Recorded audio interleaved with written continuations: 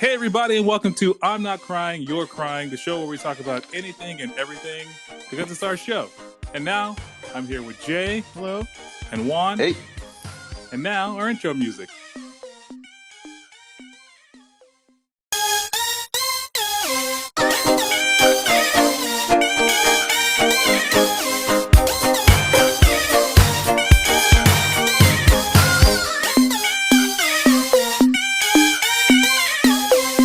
Hey everybody, and welcome back to I'm Not Crying, You're Crying. If you're listening to this right now, that means you made it through the test episode.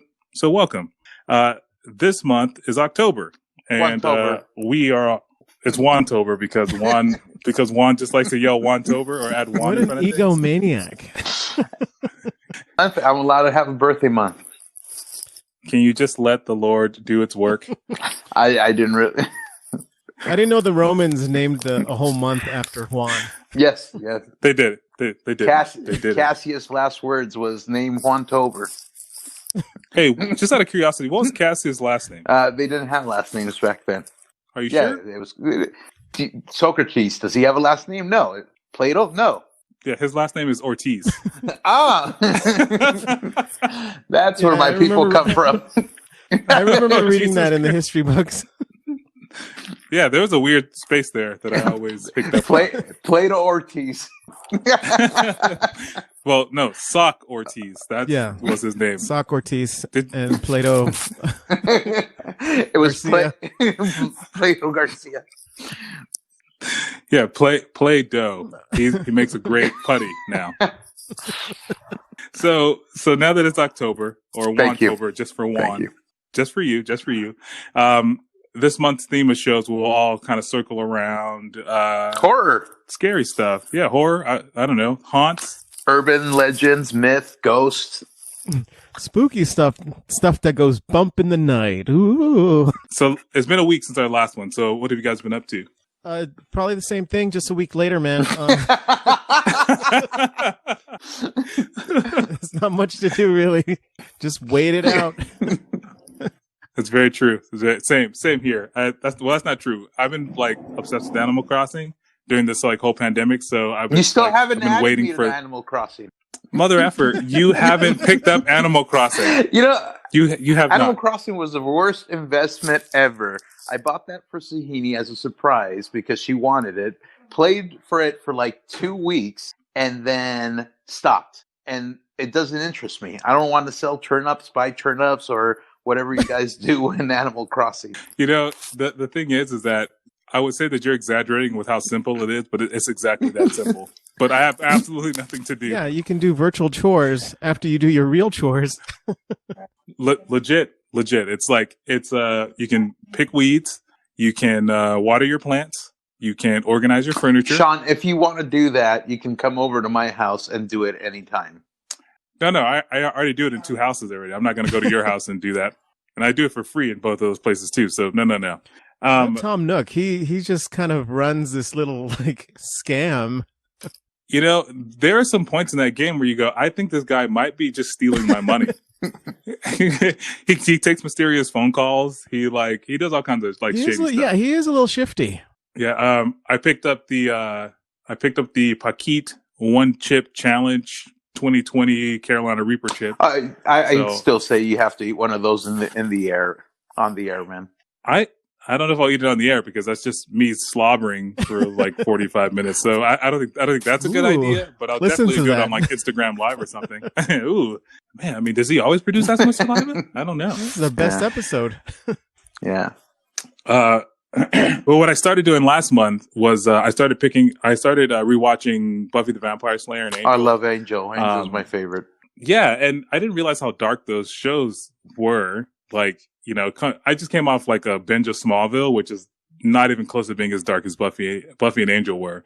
It's kind of a good count off into Halloween and the month of October.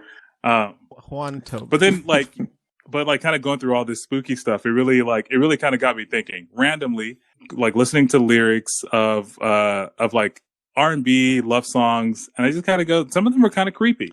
Some of them are kind of creepy. They're all creepy, Sean.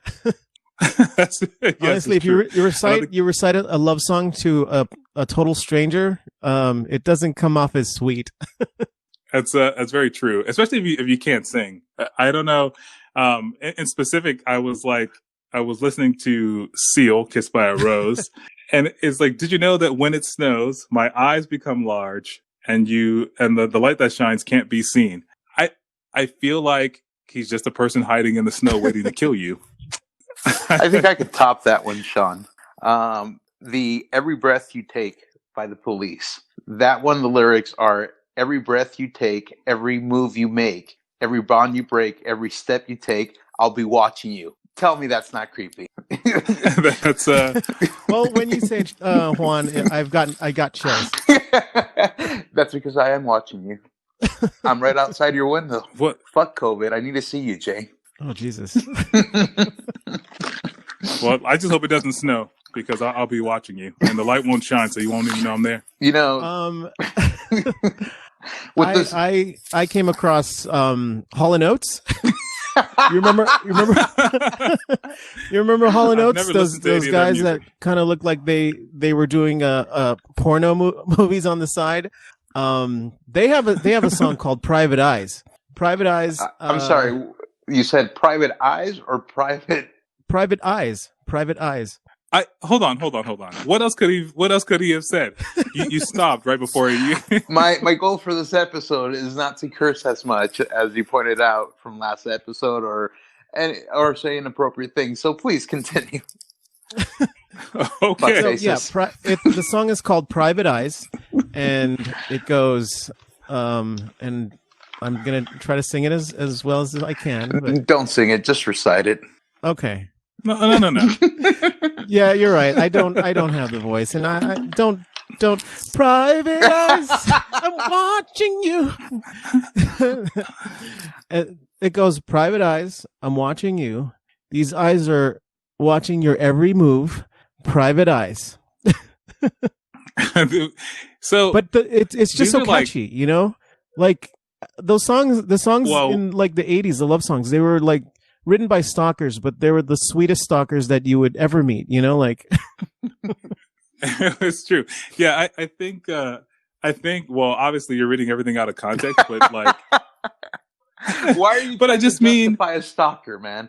The fact I'm not trying to... Oh, you're reading it out of context. I wasn't sniffing your hair. Well, these are all letters written by the guy from that show on Netflix, You. Oh, that was such a great show. I was forced to watch it, and then I'm like, this is so creepy. I love and hate that show. Yeah, I watched it, and I wasn't really into it at the beginning, but then I just saw the escalating levels of creepy that guy got, of obsession, and there's a third season coming on as well, I think. Yeah, I know. I can't wait. No. Yeah, I can't wait to watch that guy obsess over some random person. It looked like he had learned his lesson because he met the girl that was batshit crazy, probably crazier than he was. But then, as they're married, he's like, "Hey, hold on!" Spoiler alert! Yeah. Come on. Yeah. I don't know how. Spoiler. Listen, the show's been out for how long? If you haven't watched it by now, it's not my fault. Yeah, but a month after, yes, I should be saying spoiler alert. But the show's been out over. No. Screw you. Those are the rules. Those are the rules. No. You. Those are the rules. A month after, I should be saying spoiler alert. 2 months after, maybe. But 3 months, a year, screw you guys. It's not my fault that you haven't seen the fucking show. Well, I mean, I've seen the show. I'm just saying, you know, people that are listening in might not see the show. Or they may just want to genuinely be surprised when the thing happens on screen without you ruining it for them. Yeah. I don't know. So go ahead. Here's the thing about that show, You. Spoiler alert. Well, it's not much of a spoiler alert. It's more of a tone, you know, like the show it tries to be like Dexter, but if it was on like the CW, you know, like it has that kind of like corniness to it. Yes, I agree. 100% agree. So speaking of like creepy, corny shows, and it is the month of October where they're going to be ominous. I wonder what's going to happen. Well, they're probably gonna show a whole bunch of like horror films on repeat. So what are some of the best horror films in you guys' opinion? Oh, are we talking slasher films, zombie films, or just horror in general? I mean horror in pick, general, man. because Well, no, yeah, but I mean, it's no, not like because you have like zombie films, and I know people are gonna judge me because everybody when they think zombie films, they think like Dawn of the Dead or Night of the Living Dead and shit like that. But like the one that really got to me back in that genre was 28 Days Later. I still remember going to the theater, and I think it was on City Walk where I saw it. And I'm like, holy crap, this is actually really good. In fact, they're the ones that reinvented the zombie genre, because before that, remember, all the zombies were slow, stupid mother effers. And this ones were like fast, dangerous things that you can't outrun. Yeah, they got scary because they could do cardio. After that one, when they redid the Dawn of the Dead, they didn't stick to the slow walking zombies. They stuck to the I'm going to move fast and hunt you down and eat you. Whereas the old ones, I never understood why they were so scary, because you could outrun them. Even me, being a fat mother effer, could outrun them. I mean, I don't know about you guys, but zombies in any form are just scary. Some guys come after me, whether fast or slow, to eat my brains. Sorry. Well, I don't only want the George Romero ones eat brains. Everything else is human the flesh. other ones are vegetarians. They're better. Oh, they're better zombies. They're not They're going to kill me. Are they going vegan to kill me either zombies now, so they don't eat human brains. Okay, boomer. Oh. Juan, I think you may actually be a boomer. I screw you. But no, Jay is how about you, definitely Jay? a boomer. No, I'm not. I'm a Gen Xer. I think we've discussed this. I'm a Gen Xer, and you can tell that I'm a Gen Xer because I'm very apathetic to everything in life. So I don't care. I really don't care. That's how Gen Xers have experienced their whole life. You know, Gen Xers. You know, here's the best example of a Gen Xer. Gen Xers, we were big Nirvana fans. We were big Nirvana fans. And then Kurt Cobain killed himself. And then the next day we're like, oh, man, hey, who's this Sugar Ray guy? Who is Sugar Ray? How can you not know who Sugar Ray is, Juan? What song did he sing?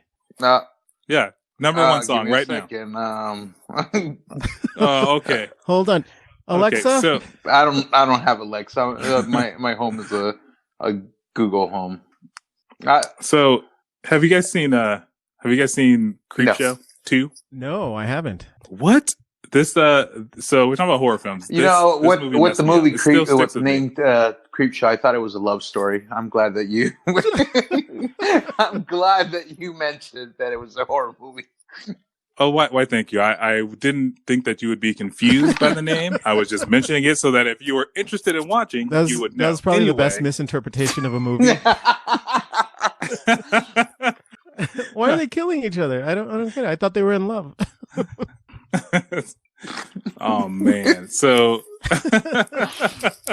Creepshow 2 and Creepshow 1 is also good. No. Did you guys see Creepshow 1? Or he's just not a fan of Creepshow series? I just never got around to it. Yeah, the same here. Is Creepshow essentially multiple stories in one movie? Yeah, it's very similar to like Tales from the Crypt, but less cheesy. No, this is like, it's super campy and super cheesy, but like there's a story in Creepshow 2 that just really jacked me up. It's like these kids that go out into this lake and they're having like a crazy weekend, and it's like this pitch black lake, right? So they get on this raft, and the story is called The Raft, and then this black goo starts to attack them, right? So like imagine if you're standing in the ocean and that thing touches your foot. Like personally, I feel like I'm going to die. Just have whatever it is take me then.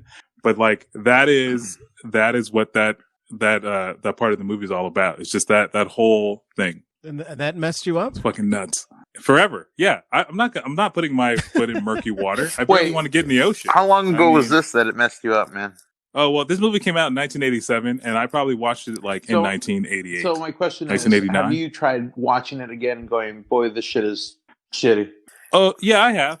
I know I have, and it's terrible. However, that was instilled in me as a child. It's a root fear. It's like is one of those. Well, It's a the core only memory, reason I asked right? is because the original, the one scene that scared the shit out of me was the shower scene, where all the shower heads like extend, and then the drain expands, and Pennywise Wait, for what movie? it Oh, it. Oh. and Pennywise comes out. That scared the shit out of me as a kid, and I believe I was living in Mexico when I saw it, so I was scared shitless to take showers. So I was taking like 3 5 minute You I was taking smelled. like 3 5 minute showers, and then that You took 3 to 5 5 minute minute showers. showers. So eventually, I got over the fear. But then, as an adult, I saw it, and I'm like, how did this stupid claymation scene scare the shit out of me?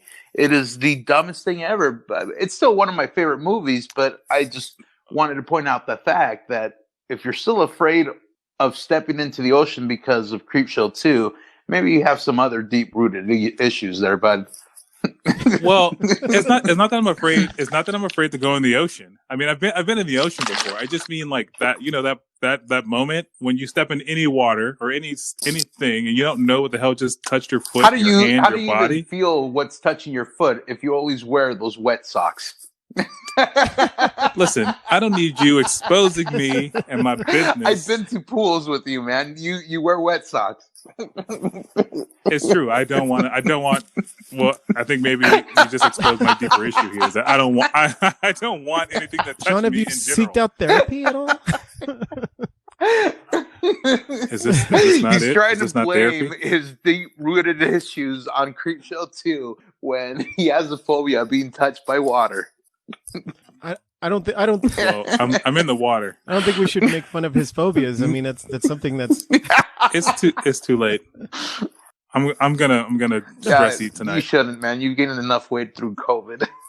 oh jeez, man. Thanks, man. I know, right? I mean, just to talk about further about stupid movies that scared the shit out of me as a kid. Have you guys ever seen the movie Moonwalker? Dude. It's a Michael Jackson movie. Dude, Moonwalker. I think I might have seen it. Dude, I don't remember it too well. dude, I was in Mexico when I went through my Michael. No, Where you Dude, weren't a lot taking of shit showers. happened to you in Mexico. I was in fuck you. Do you need therapy? Maybe sometimes. Yes. No, I was in Mexico, and when I went through my Michael Jackson phase, and I discovered the movie.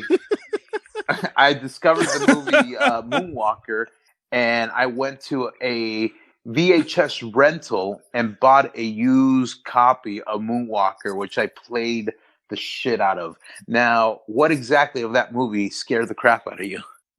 Okay, so and this is the dumbest part. Now, do you remember the scene where he's getting chased by that claymation rabbit? Yeah. Yes. It turns out he becomes a claymation rabbit and he gets out of there. He walks into like some other place and these people just start beating him up. And then he turns into a fucking tank and he kills them. So I need to set some context here because it's otherwise it's dumb. So here I am. I think this movie came out in 1988. I'm like 5, 6 years old. No, four. I can do math.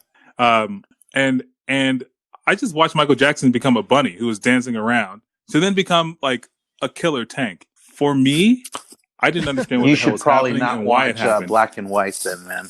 The full video.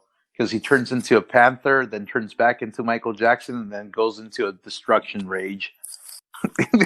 No. No. My issue isn't that he became other things. My issue is that he got beat up, he became a tank, and he killed them.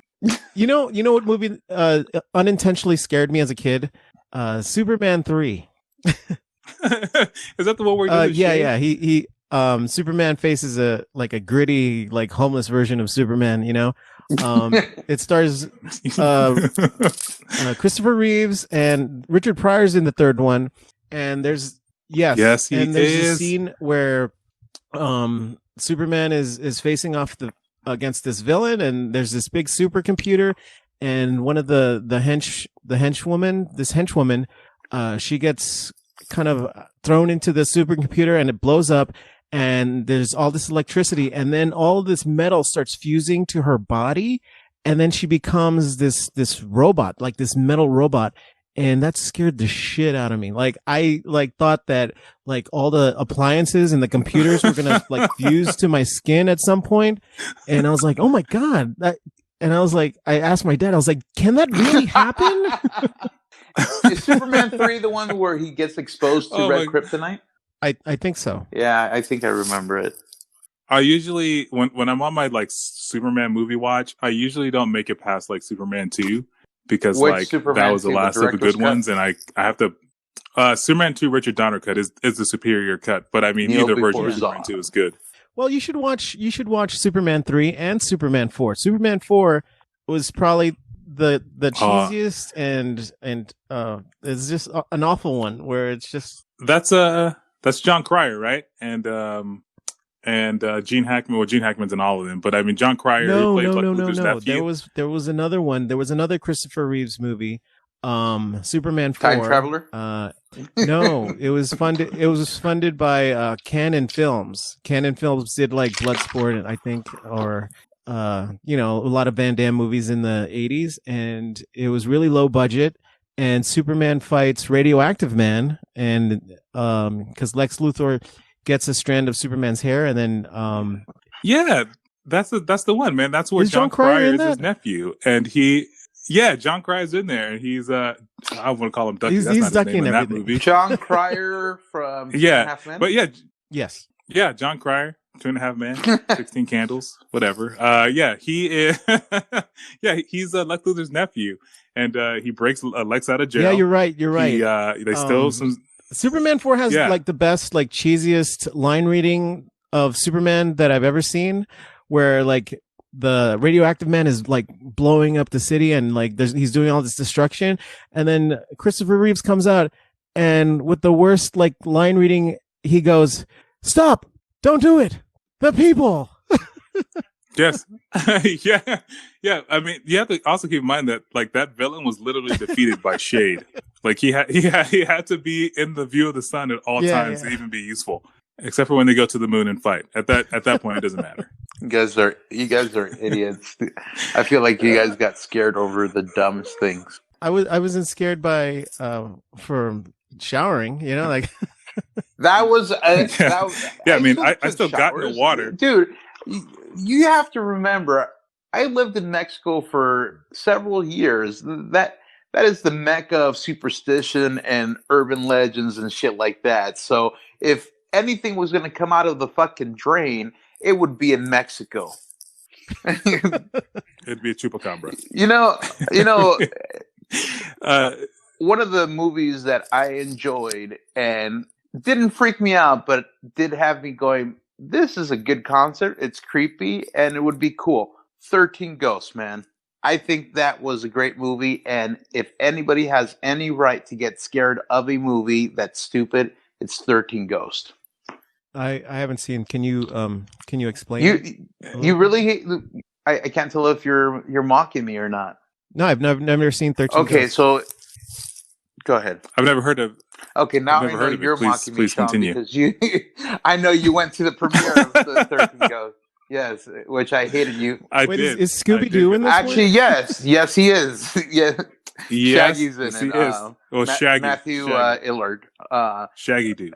Yeah, him. And Tony Lillard. Shalhoub is in it, and Elizabeth, what's her name from American Pie? Shannon. Elizabeth Shannon are in it. So essentially, this eccentric dude commissions somebody to help him trap 13 ghosts in this creepy glass house, but he needs one more ghost, which ends up gonna end up being Tony Shalhoub, his nephew. So he fakes his death, gets Tony Shalhoub to come to the house with his family, and all these 13 ghosts, or these ghosts, start freeing themselves. And it's actually pretty intense and creepy. They have different ones like the prom queen, the jackal, and if you go deep into the web, you'll find. Okay, you're making fun of me now. No, I'm not. Go ahead. I mean, I do have a dumb question though. Mm-hmm. Like, and maybe you said it and I wasn't listening, but did he just want to have like 13 ghosts to hang out with? Like, I'm so lonely. He was very lonely and wanted 13 friends. I can't remember. Shit, what was the reason? I think to have. So essentially, I think he's creating the Dark Zodiac, and it was to release some immense power. I can't remember. I probably need to rewatch it. But Jay, if you haven't seen it and you still have a DVD player, let me know and I'll let you borrow 13 Ghosts. Yeah, I'll dust off the old DVD player. It's not on Netflix or something. I don't. Come on, man. You know, I just saw something recently. It's kind of in the vein of like horror, but it's really not. It's the Monster Squad. Have you ever seen that, Sean? Oh, yes, It's kind of like the Goonies meets like Dracula, Frankenstein, the Mummy, and the Wolfman. Yeah. Yeah. You know what? I was talking to Jay about it either today or yesterday, and I'm getting like vague flashbacks, especially because of the line where the kid kicks the Wolfman and the the Wolfman has nards. I'd never seen that movie before, but I gave it a chance because it was supposed to be kind of like the Goonies meets the horror, the old horror genre films, and it's Dracula. And I don't know, this movie, the plot does not make any, like, Dracula just comes back and he wants to kill these kids for some reason, and it's like 1980 something. It was like an 80s movie, and like they just and Shane Black wrote this movie. Shane Black wrote Lethal Weapon and The Nice Guys, and like I thought, yeah, and Iron Man 3, and Iron Man 3. Oh man, this must be really good. But like it's well, I think you kind of hit the nail on the head. It's like a campy 80s movie with kids who were supposed to kind of mirror like the Goonies or just like little monsters, and yeah, and it had that kind of heart, and it was fun to watch. It was so generic because like the fat kid, like his name was the fat kid. What does it have to be a fat kid, man? No, that's his name. Because that's what they called him throughout the movie. He was fat. His name was the fat kid until. Is that what you guys call me when I'm not around? No, we call you Juan. Yeah, we call you by your name. You have to remember, Juan, that I didn't care. I was born in 81. I'm very much aware that they didn't care about body shaming. Let me finish this thought. Okay, so like, there was the fat kid, there was the cool kid, there was the bratty sister, all these like Goonies tropes in this movie, and then they're facing off with Dracula, and like it has all the beats from the Goonies. Like Frankenstein is Sloth, and he acts like Sloth from the Goonies, and he befriends these kids, and like the whole time Dracula is like trying to like kill these kids, and there's a scene where Dracula, he has dynamite for some reason, and he lights it and he throws it into their treehouse, right? He throws it into the treehouse, blows up, and then Dracula has this one-liner, and he goes, "Meeting adjourned." I was like, "What?" And like, this is like classic Dracula. Yeah. Like he's a vampire facing kids. He could have easily like vampires killed these kids. It was a little gory, and then they had to find a virgin to yeah. Like, I mean, he had all these kids here, right? To beat the monsters, they had to find a virgin to like say this incantation in German or whatever.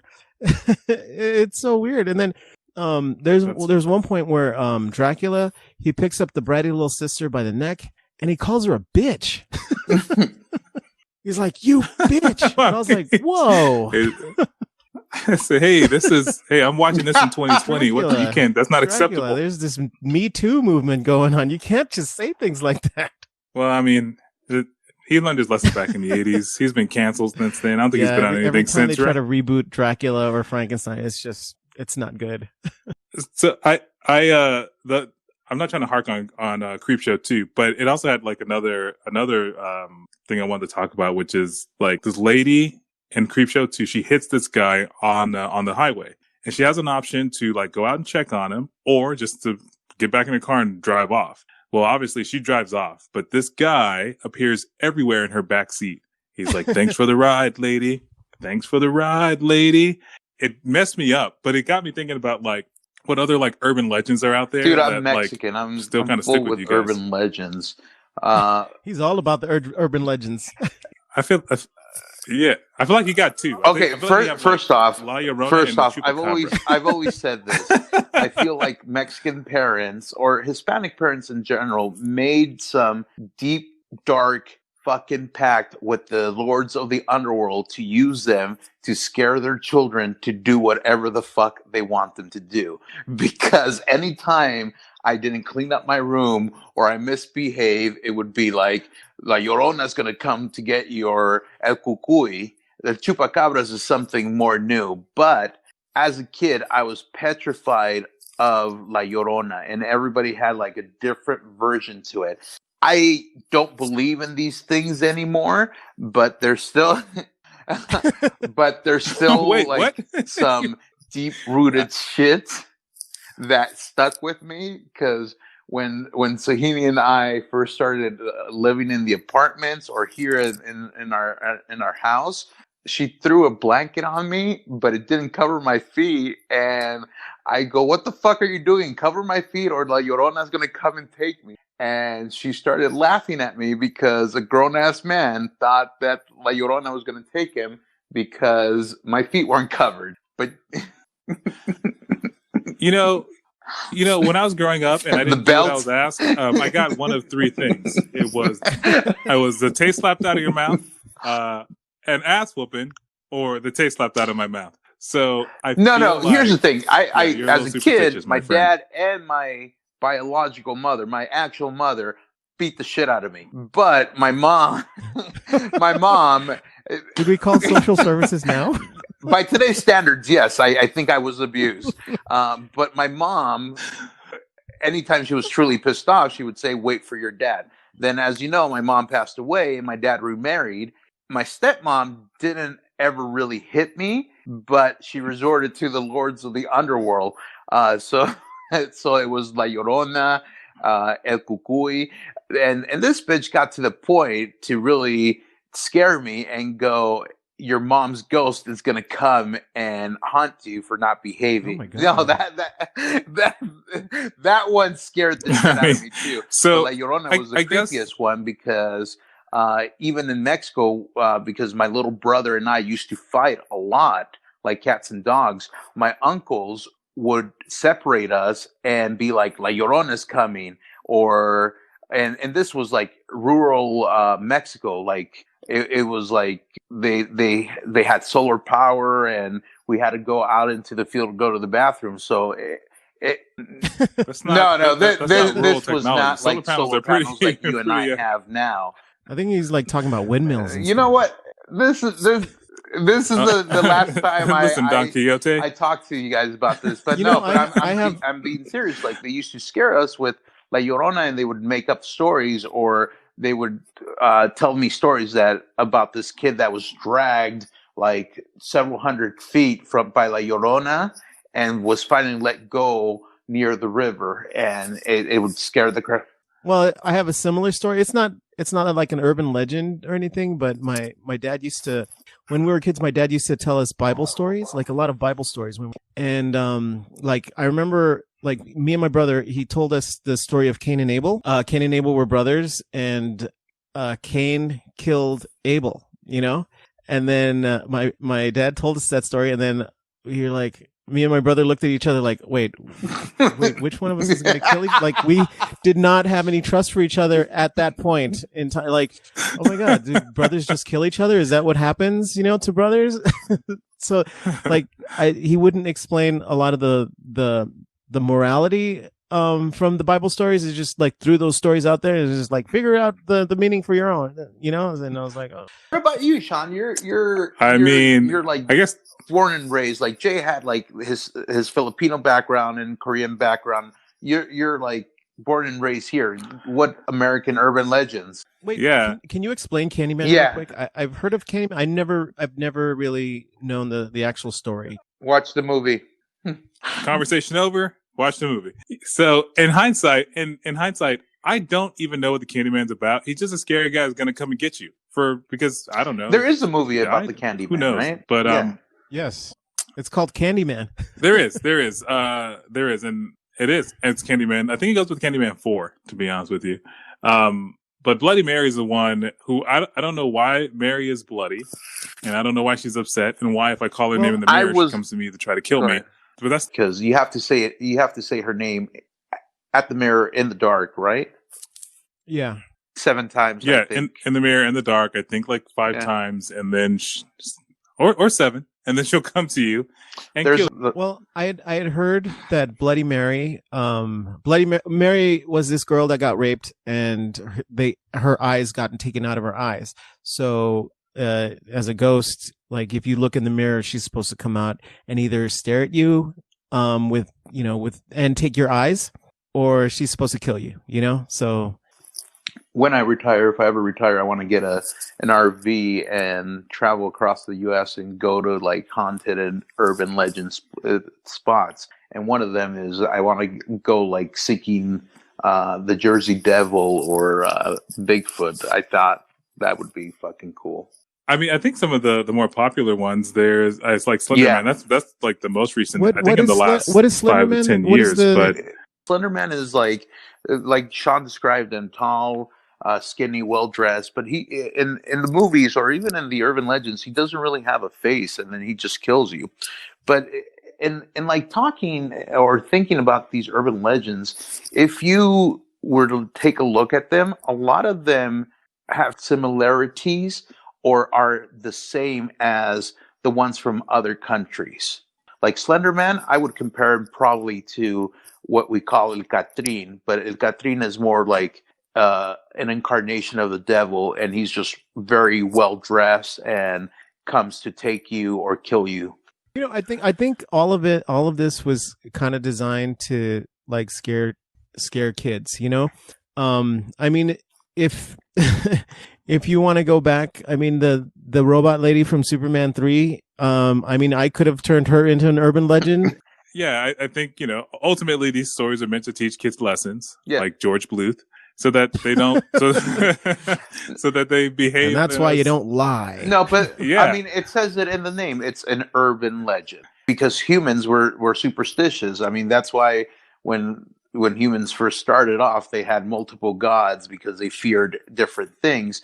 But I think that's what happens. We take something to try to teach our kids, and it just ends up morphing into this wild thing. Yeah, I mean, hey.